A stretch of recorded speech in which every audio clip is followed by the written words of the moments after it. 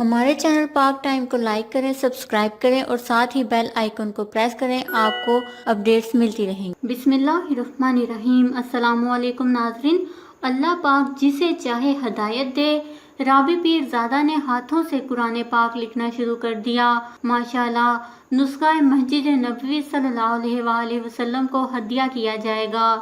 جی ہاں ناظرین، شوبز کو خیر بات کہنے والی سابقہ اداکارہ اور گلوکارہ رابی پیر زادہ نے کہا ہے کہ اللہ تعالیٰ کی توفیق سے میں نے قرآن پاک ہاتھوں سے لکھنے کے پہلے دن ایک صفحہ لکھا ہے۔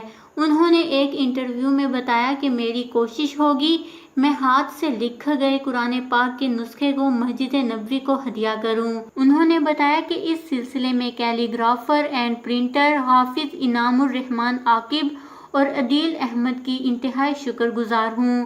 ہر حرف پہلے سے تصدیق شدہ نیچے لکھا ہوگا اور اس پر قلم سے کیلی گرافی ایک خاص کاغذ پر ہوگی۔